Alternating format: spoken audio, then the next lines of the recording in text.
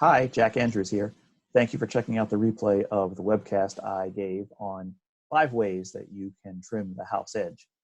I hope you will subscribe to my channel as well as click the notification bell so that you can be notified of other webcasts and live streams as they happen.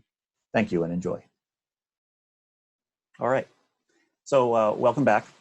For those of you joining us again, this webcast will follow a similar form to last week's with a little more time for Q&A this time around. If this is your first time joining us for the webcast, well, good news. You only missed one before this. For those of you who are joining us for the second time, well, welcome back. You'll notice today I'm coming to you virtually from the Mirage Sportsbook. You can pretend we're sitting in the California Pizza Kitchen talking sports betting while we wait to see the Sweet 16 games tip off a little bit later in the NCAA tournament. No matter where you are, though, I hope you're enjoying your day, enjoying your week, spending time at home, and finding things to keep you occupied. We've gone 2 weeks now without any major U.S. sports, and while nobody knows when sports will return, many of you are probably using this time to work on your sports betting. So today I'd like to talk about some ways a recreational bettor can trim the house edge. Now, the idea here is that if you're able to lose less while you're learning, you'll have more bankroll available for you when you do figure out to win. So let's talk about why you need this. A few months ago, there was a poll that was conducted where sports bettors were asked, do they win more than they lose? And unsurprisingly, 56% of respondents said yes, they come out ahead betting sports. However, studies of actual sportsbook data show that only 2% of sports bettors win long-term to any significant degree. Now, I'm sure there's a vast middle ground of players who break even or do marginally well. However, it's clear a majority of sports bettors overestimate their skill. Now, we could go in deeper into the psychological reasons why people think they're better at this than they are, but for now, let's just assume you're a bettor who recognizes that you don't have the skill yet to crush the sports books. You're willing to put in the time and effort, and in the meantime, you're hoping to break even until you learn how to crush them. And that's what we're looking to help you with here today.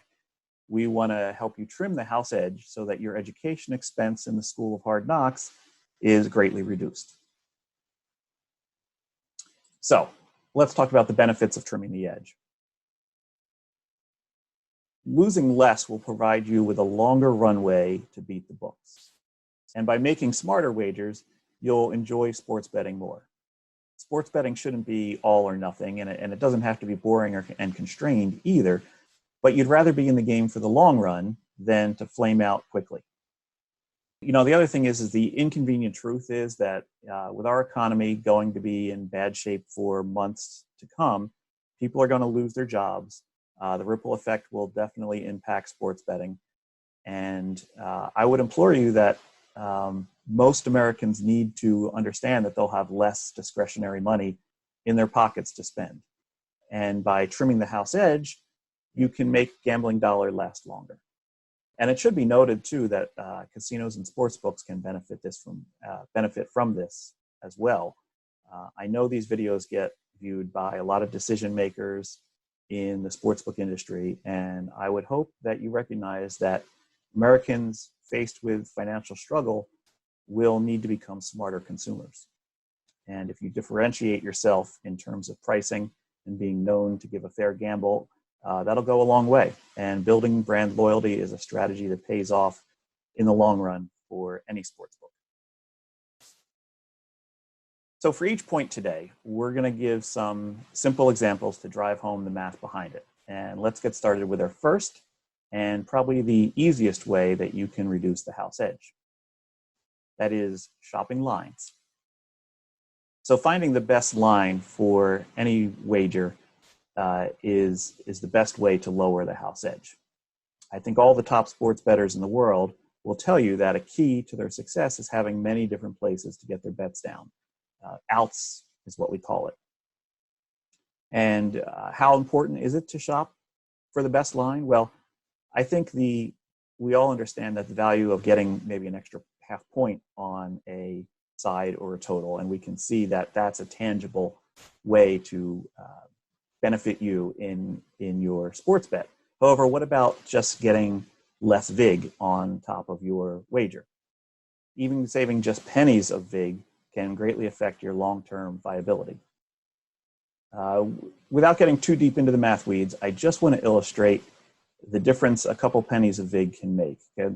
Let's consider this table. So this table shows you how the house edge depreciates as the VIG price lowers. Just as importantly, the required win percentage necessary to break even also goes down. Let's say you're a recreational bettor who places 500 wagers in a given year, and you always bet to win $100. At the end of the year, you are even Steven. You're 250 wins, 250 losses. If you had been betting into minus 112 lines, let's say you're in a state that doesn't have much sports betting competition, and the only vendor in the state has the nerve to list their lines at minus 112. We've seen that. You might first say, oh, well, minus 112, that's 2 cents different than minus 110. I'll still play. However, you'll find that at the end of 500 wagers, you're in the hole by $3,000 despite not technically even having a losing record. That extra 2 cents of VIG adds up. It's a full $500 more than if you had been able to find minus 110. And if you lived in a state with a competitive marketplace and you might have been able to find minus 108 or even minus 105, you can see that you would have greatly reduced the cost of your sports betting entertainment.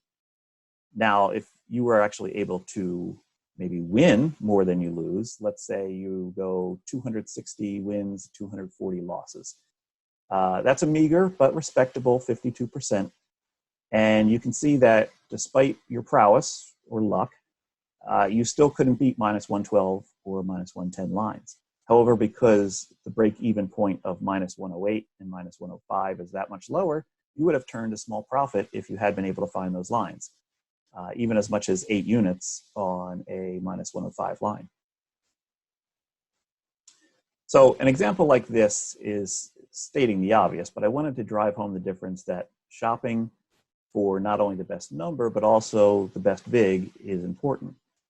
Also, don't forget to shop alternative markets. You can find some shops that might employ a tighter straddle on money lines compared to spread lines, or you might be able to find alternative lines. Maybe you can find wagers that are heavily correlated to the side that you want to be playing, maybe even a prop bet that's heavily correlated to a certain team winning. It's a good way to basically lower the total edge you're playing against.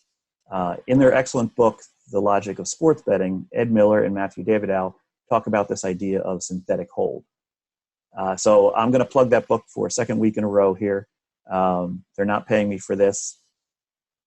But so far, the discussion about synthetic hold begins on page 81 of that book. And if you haven't read it, I strongly encourage you to read it. It's probably the best book out there right now for a beginning sports bettor or even a recreational sports bettor that wants to up their game. And just like last week, you can find the description, you can find the links to the Amazon page for these books that I mentioned today in the description of this replay.